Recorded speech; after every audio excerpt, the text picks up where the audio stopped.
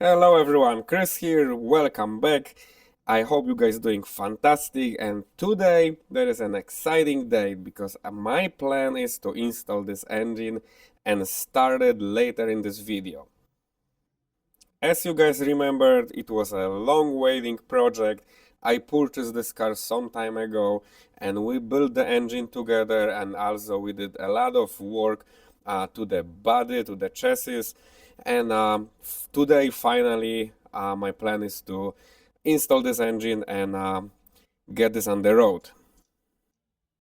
And to the bare engine, of course, I have to install the intake manifold, all the parts such as alternator, oil filter housing, and so on. And for those that did not watch my channel before, we built this engine as a 2.3 liter stroker, manly rods, manly pistons, and a fully built cylinder head. And I purchased this car with single ACT clutch, and I am going to reuse the pressure plate. I'm just going to replace the disc, and I will deglaze the flywheel. I am going to install the transmission, and then I will prime the engine. So basically I will remove the timing belt again, and I will spin the oil pump until the engine gets oil. Some engine builders doesn't do that. Of course, there is a lot of assembly loop for the first startup, but I always like to prime all engines before first startup. And after the priming, I can continue with assembly. Of course, the cover and the other stuff that I need to install before I put the engine in the car. And I would like to mention that I am using the fluid amp balancer for this engine. This is a 2.3 stroker. They really need this balancer. Plus, I'm using those fluid amps for every engine build, even if it's 2.0, 2.1. It's a good thing to use, especially when you're removing your balance shafts. And I will also install the exhaust manifold with the turbo. This is Evo 9, fully ported and just rebuilt turbo that I rebuilt. And for now, for the braking period, I'm gonna keep this Evo 9 turbo, and in the future we're gonna install something bigger. The main purpose of this car is to have a super quick spool and a lot of fun on the street. So we're gonna go with small turbo, something FP green or FP red size. And when I'm working on the lift, I always install the engine with transmission together from the bottom. It's super easy and simple. Of course, if you do this in the garage, I've done this multiple times. I always remove the engine with transmission, but from the top. And I would like to mention that when I am installing it from the bottom, I did not remove the subframe. The subframe is there, is attached, nothing was removed. So the engine with transmission is going there, and there is enough room to do it. As you guys can see, I even installed the full turbo, and that's enough room to install it with the turbo and intake manifold. Depend on the size of your turbo, you might need to install the turbo later if it's a bigger manifold and of course bigger turbo than Evo 8 or Evo 9 size.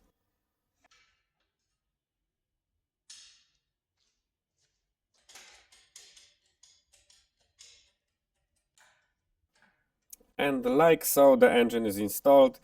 I put the engine and transmission mounts, so it's holding by the two mounts right now. So now I can continue working on it, and it's a good time to install the transfer case now. And what I always do when I'm installing transfer case, I put the regular car jack between transmission and subframe or control arm, and I move the engine with transmission slightly to the front. That way it's giving me a lot of room to just put the transfer case. And what I always do, I always install transfer case in place, and then I just remove the jack. So I unscrew the jack, and that way the transfer case will not fall out on the ground, basically.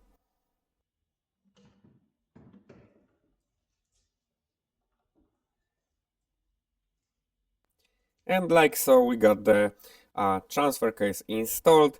Now I can continue working on other parts, and I am going to install the CV axles.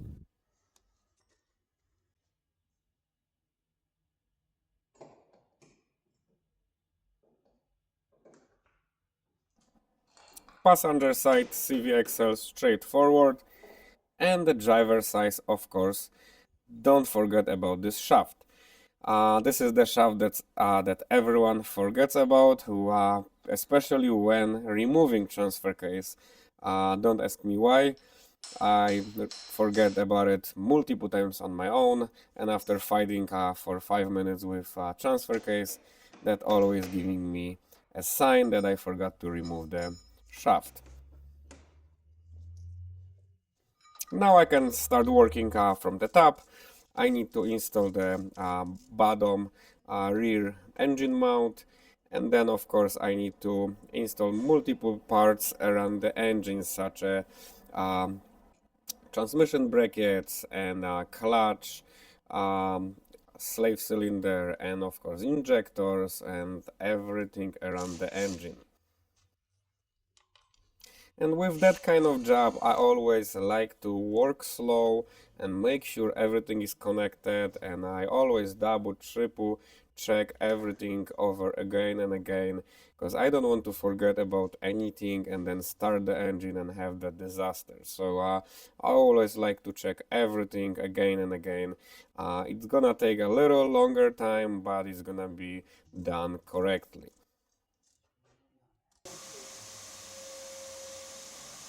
I am also going to install the radiator, and then I will have to install couple parts on the bottom. From the bottom we still have to install the lines for the oil, and of course the starter, exhaust, drive shaft. So there are a couple parts that still need to be assembled. And with the parts like a drive shaft or exhaust, it's always helpful to have somebody to hold it for you. When you work in the garage, you can put this in the ground, but when you are on the lift, of course, you have to hold it high above the ground. So it's always helpful to have somebody to hold it for you. I decided to use the Mitsubishi spark plug cover. Of course, I had to repaint it black, and then I am painting those Mitsubishi letters white.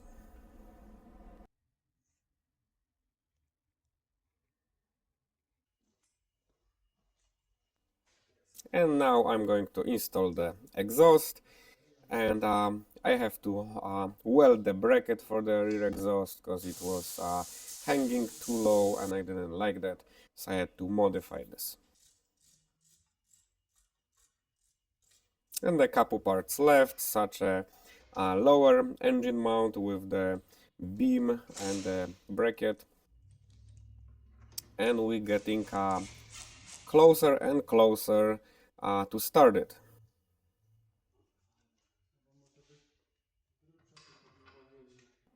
And I will also replace the sway bar links, front and rear sway bar links, and also the sway bar bushings. I already replaced the front bushings when the engine was out. It was a lot of room to get to there, so I did this already before.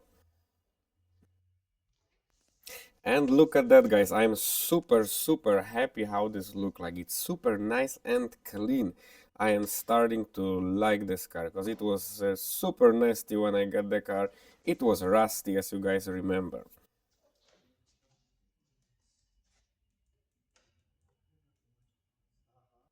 And we almost done. The only missing is a fluids. I am going to put the coolant, Engine oil, it's already there, but I need to put transmission fluid, transfer case fluid, and rear differential. And I have to put gas because the fuel tank is completely empty. And I did not forget about our freshly painted ignition coils cover.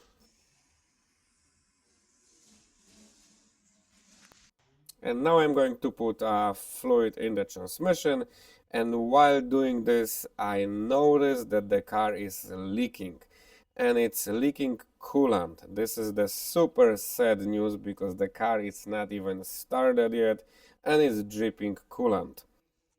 So we got first failure, and I notice it's leaking from the freeze plug behind the turbo, and the freeze plug is in the black. And I was super excited to start it, and now I have to replace the freeze plug.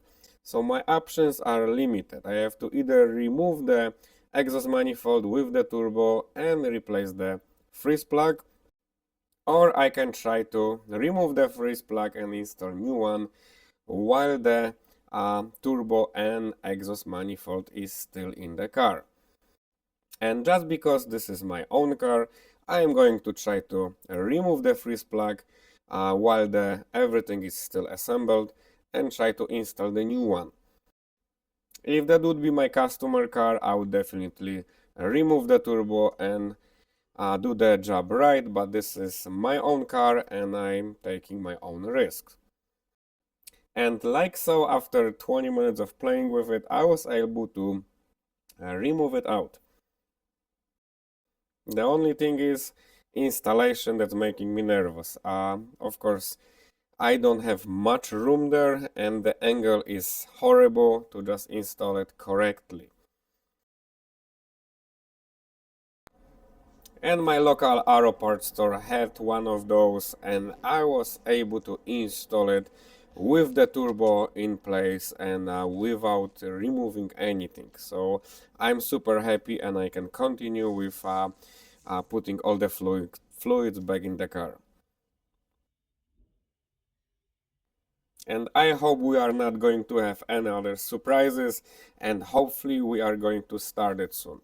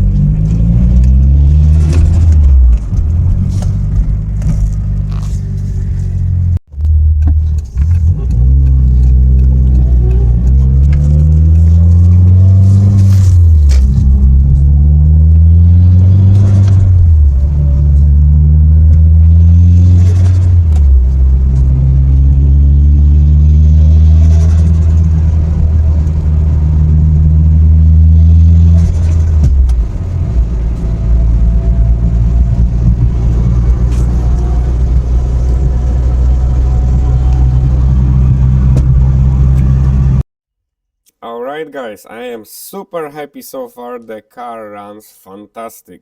There is a little bit of work here and there still left, but that's for the next video. And of course I am going to check after short drive. Now I will check the transfer case fluid and the rear differential fluid. But so far I am super happy, and the car getting nicer and nicer every day. Thank you so much for watching, and I'm gonna see you guys in the next video. Have a good one.